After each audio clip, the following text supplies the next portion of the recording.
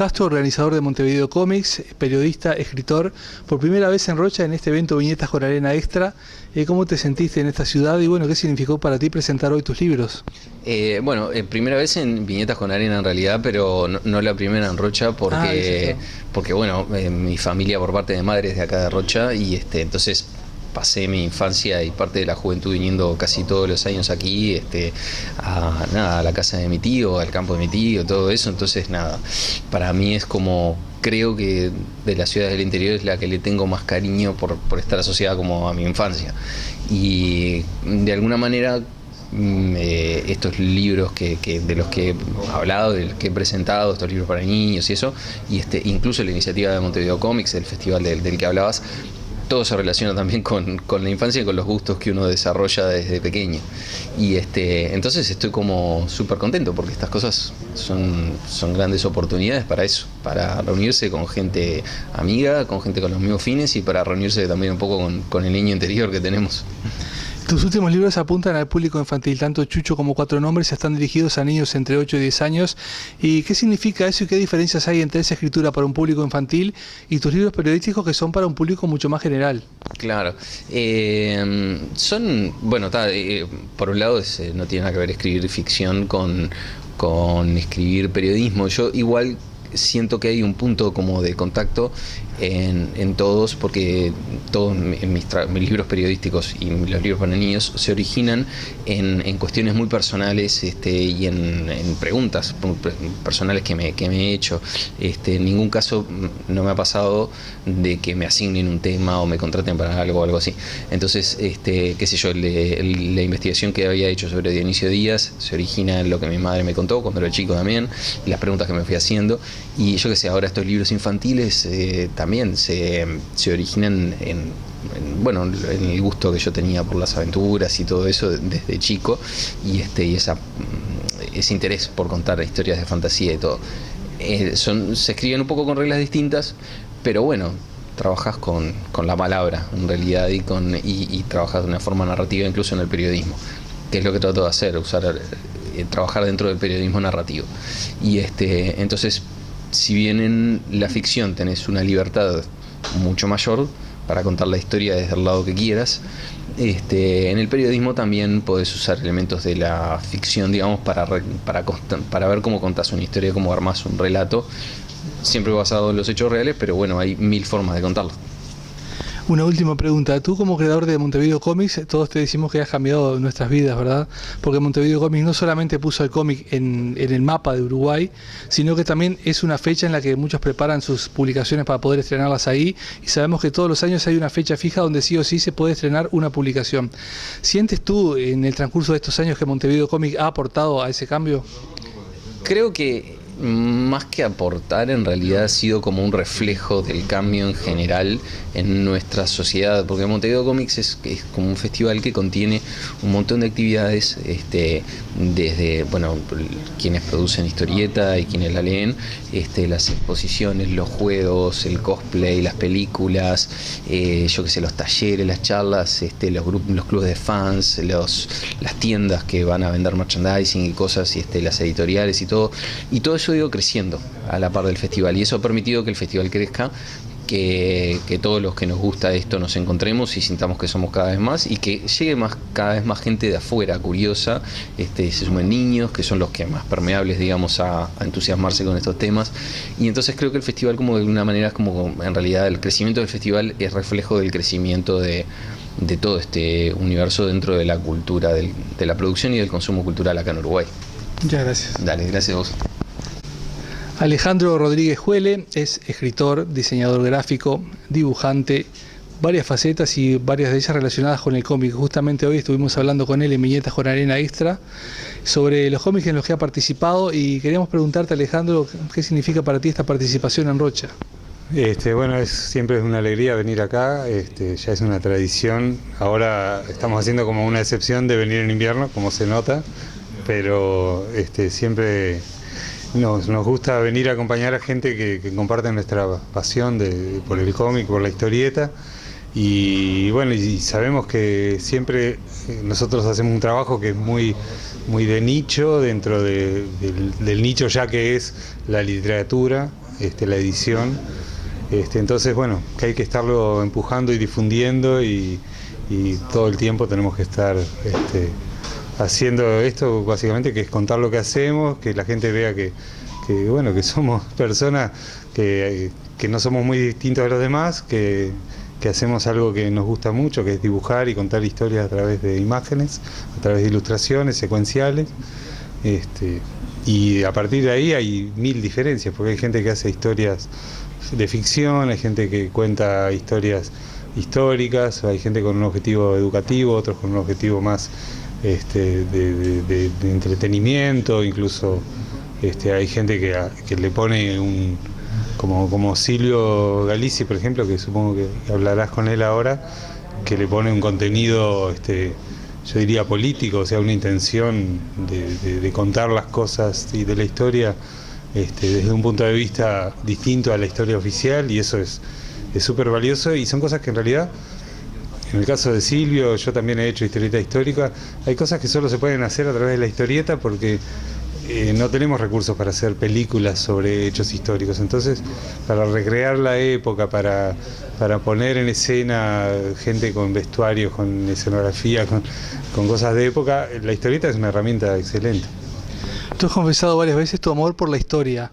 ¿Cuánto influye ese amor en la creación de historias, justamente, y en historias que están basadas en hechos reales? Bueno, toda la historia se dice que en realidad es una ficción, en el sentido de que el historiador elige algunos hechos, no es que los elija, pero cuenta la historia basándose en algunos hechos e inevitablemente deja fuera otros. O sea que siempre hay como una visión del autor que decide contar una historia y no otra.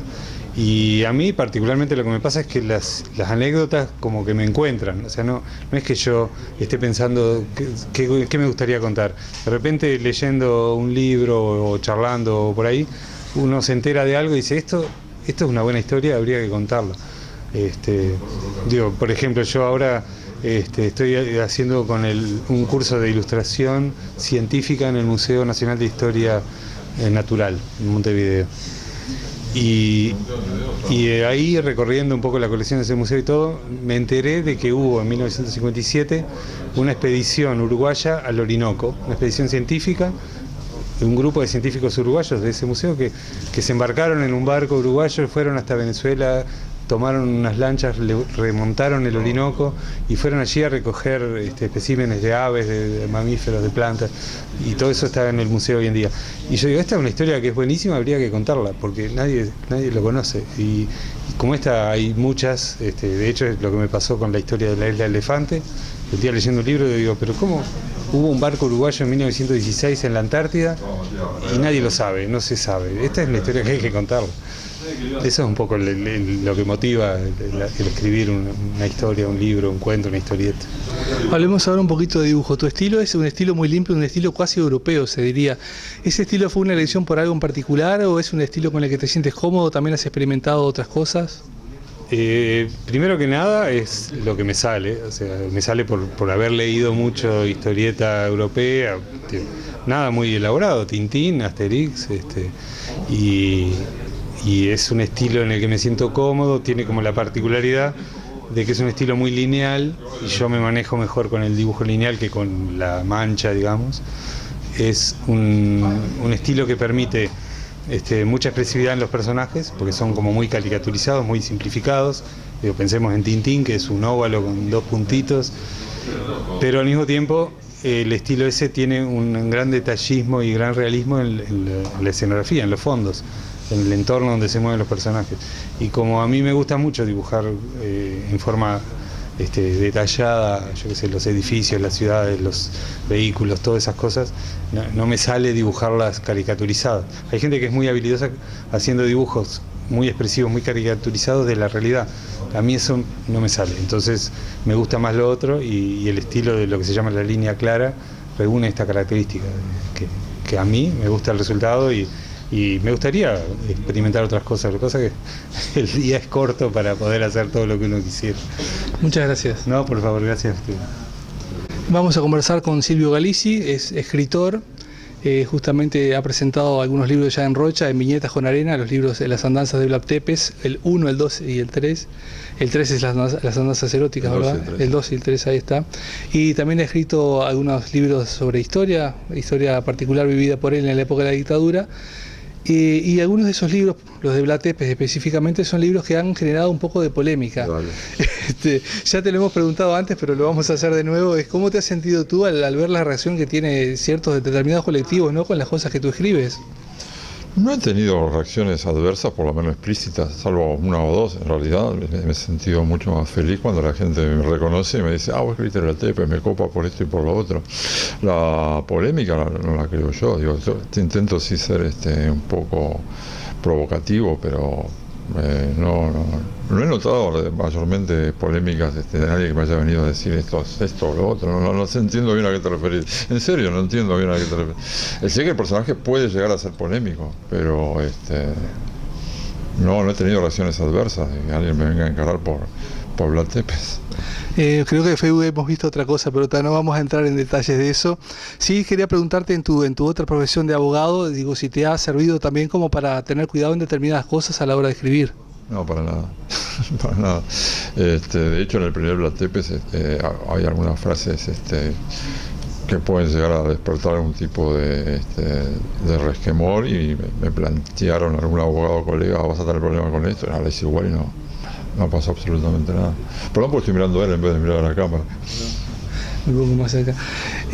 Volviendo a Vlad Tepes, a tu personaje, que es por el que todo el mundo te identifica, ¿verdad? No solo porque el personaje en los cómics tiene tu aspecto físico, sino porque además hay dos películas relacionadas con él, que una de ellas incluso la presentamos en Viñetas con Arena hace algunos años. Para terminar de cerrar la conversación sobre el personaje, quería preguntarte si tienes más planes para él en el futuro. No, probablemente sí haya un nuevo tomo de Vlad Tepes, pero en este momento estoy abocado, como te decía, a la nueva novela esta, ya terminé el guión, y tengo un par de guiones de Vlad Tepes, pero quizás el año que viene haya un nuevo libro de Tepes, porque tengo que conseguir los dibujantes lo hacen de onda, no es que se les pague por hacer las historias de Vlad Tepes. Y dado los tiempos que vivimos, no creo que haya muchos dibujantes muy contentos de dibujar las andanzas eróticas de Vlad Tepes. Pasemos a tu actual proyecto, que es un cómic sobre la guerra del Paraguay. Cuéntanos un poquito cómo fue la concepción de ese proyecto y cuáles son un poco los objetivos al contar esa historia, ¿no?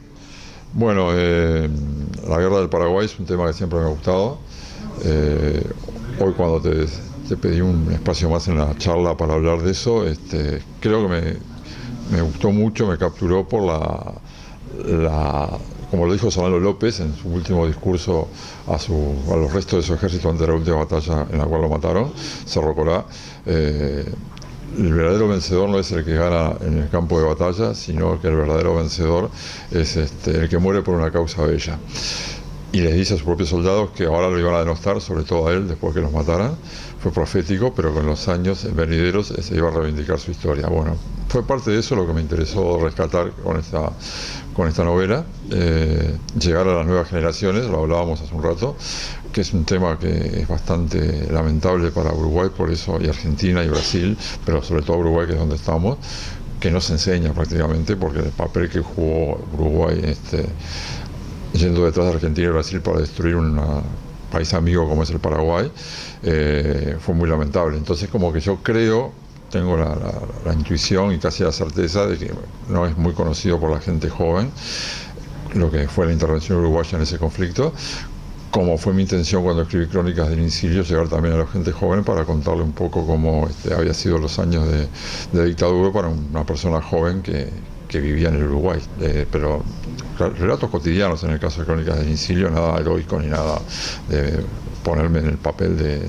resistente, simplemente lo que era vivir en un Uruguay en el cual existía la censura y un miedo constante a lo que te podía llegar a pasar aunque no estuvieras metido en nada.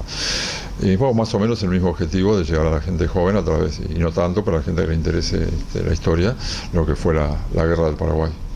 Hoy yo te preguntaba ya en el evento cuánto de información hay detrás, ¿verdad? ¿Cuánta información tienes que leer de la vida real para poder hacer esta historia que está basada en hechos reales? Y nos contabas que leíste muchos libros. Sí, depende el interés que vos tengas y lo que quieras hacer. Yo también busqué, cosa que no dije, mucha información en Wikipedia, que leí al principio, quizás antes de leer la gran mayoría de los libros que leí, y ponen cualquier cosa, y lo mismo los programas, las subidas que hay en YouTube de gente que habla de la guerra sin el más mínimo conocimiento de lo que realmente fue la guerra del Paraguay. Hablan de oídas. Yo traté de documentarme por varias fuentes, tanto a favor como en contra del gobierno del Paraguay, de escritores latinoamericanos, sobre todo brasileños, que trataban de justificar lo que fue la masacre, de algún escritor argentino, pero las versiones argentinas son un poco más revisionistas y reivindican justamente lo que decía Solano López, que los años le iban a hacer justicia a esa causa, ¿no? Bueno, también he leído obras de autores anglosajones como Thomas Wickham, que es prácticamente una autoridad sobre la guerra, y que si bien tiene una visión bastante etnocentrista del norte, de Europa y Estados Unidos, da cuenta de un montón de detalles que dejan bastante en evidencia lo que fue la guerra esa, prácticamente un genocidio. Muchas gracias. Por favor, ustedes. Estamos con Matías Vergara, dibujante uruguayo, que se ha vuelto bastante notorio en los últimos tiempos. Ustedes seguramente lo han visto en la prensa porque le han hecho muchas notas, sobre todo basado en el tema de que fue nominado al Eisner, que es como el Oscar, pero de los cómics. Matías dibuja hace unos 12 años aproximadamente, lo conocimos dibujando los últimos días del Graf Spee, un cómic uruguayo que también se volvió muy notorio en su época, que incluso ha sido editado varias veces. Y queremos preguntarte, Matías, primero que nada, ¿qué significó para ti esta nominación? Bueno, es el resultado, digamos, una gran alegría, y es también el resultado final de una inversión muy grande que hice de 1 año y medio de trabajo en una serie que se llama Coda, que salió en Estados Unidos originalmente y que fue el campo fértil, digamos, que me permitió hacer un trabajo gráfico bastante personal y bastante interesante, y que desde el número 1, que empezó saliendo en mayo del 2018, nos dio grandes alegrías, ¿no? No solo porque a mí, al guionista, porque es una linda historia y porque el libro, sobre todo, tuvo una gran recepción a nivel de ventas, agotó varias ediciones y bueno, y de críticas ni que hablar, ¿no? Terminamos generalmente el 2018 y seguramente también este 2019 entre casi todas las listas de los 10 mejores títulos del año. Así que el premio fue, digamos, la nominación a los Eisners como dibujante.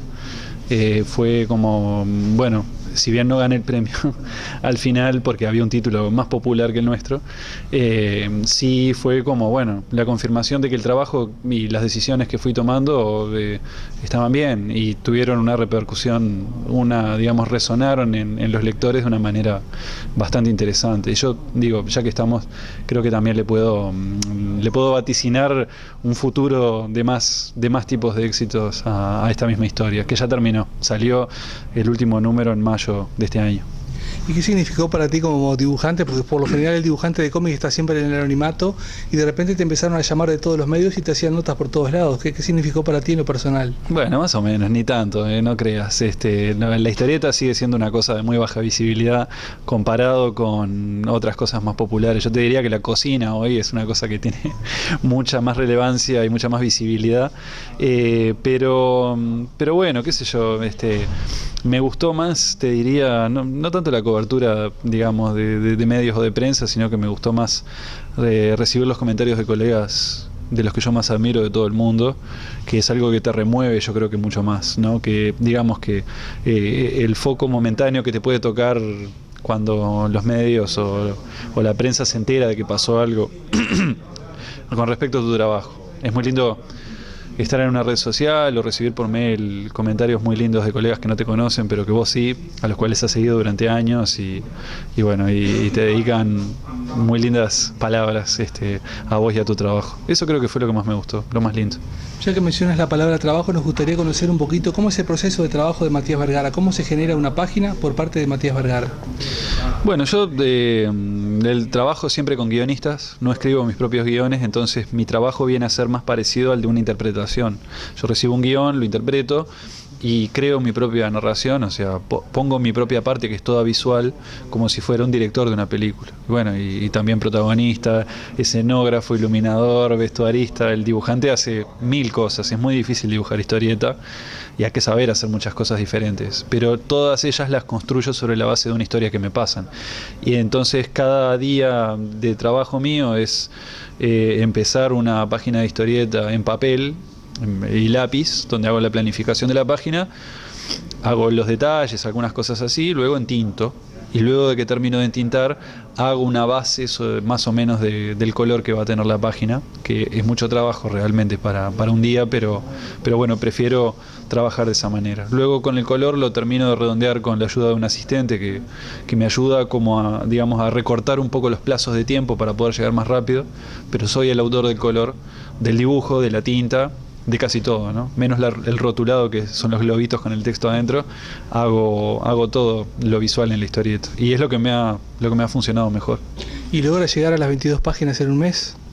Sí, con algunas dificultades y con muy pocos fines de semana, pero sí. Pero es preferible, te digo la verdad, como autor es mejor hacer más trabajo con gusto y ganar en alegría que delegar en otros, donde siempre estás, digamos, dependiendo de que por arte de magia las cosas salgan como vos querés, y es mejor no jugar esa ruleta y hacerlo vos mismo, realmente.